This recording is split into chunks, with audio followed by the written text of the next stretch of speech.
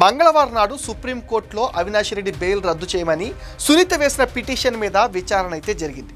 ఈ విచారణ సందర్భంగా సుప్రీంకోర్టు సిబిఐకి 3 ప్రశ్నలు వేసి సమాధానం ఇవ్వమని కేసు సెప్టెంబర్ 9కి అయితే వాయిదా వేసింది. ఆ 3 ప్రశ్నలు ఏంటంటే, అందులో మొదటి ప్రశ్న, వివేక కేసు విచారణ పూర్తయిందా లేదా, మీరు అవలేదంటే విచారణ కొనసాగించడానికి ఉత్తర్వులు ఇస్తామని కోర్టు కూడా చెప్పింది. ఇప్పటికే ఒకసారి విచారణ అయిపోయింది, కొనసాగించాల్సిన అవసరం లేదని సిబిఐ కోర్టుకి చెప్పింది.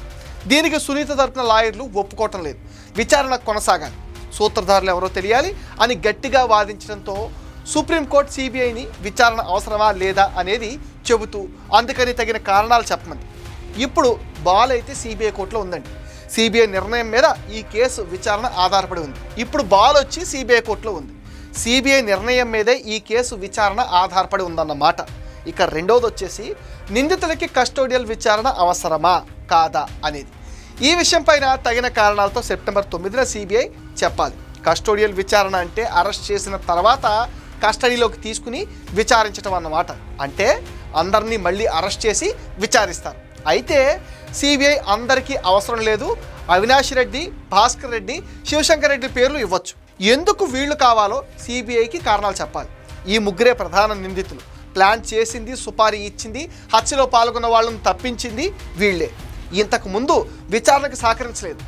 వీళ్ళ తర్వాత సూత్రధారి ఎవరో తెలుసుకోవచ్చు. అందుకనే వీళ్ళు మాకు కావాలని కోర్టుకి చెప్పవచ్చు.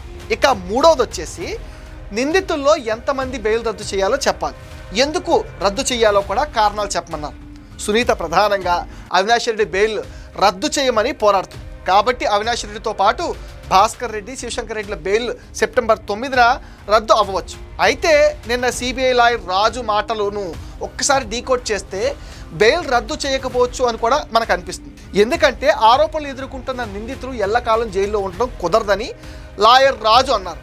అవినాష్ రెడ్డి బెయిల్ రద్దు చేయని అవసరం లేదు అన్నట్టుగా ఆయన మాటలు ఉన్నాయి. అయితే భాస్కర్ రెడ్డి, శివశంకర్ రెడ్డిలు జైలు జీవితం గడిపారు, కానీ ఇప్పటిదాకా అవినాష్ రెడ్డి మాత్రం జైలు ముఖం చూడలేదు.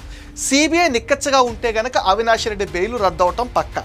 ఈ 3 ప్రశ్నలు ఒక రకంగా సిబిఐని ఇబ్బంది పెట్టేవి. సెప్టెంబర్ 9న సిబిఐ ఇచ్చే సమాధానాలతో ఆంధ్ర రాష్ట్ర ప్రజలు సిబిఐ మీద ఒక క్లారిటీ వస్తుంది.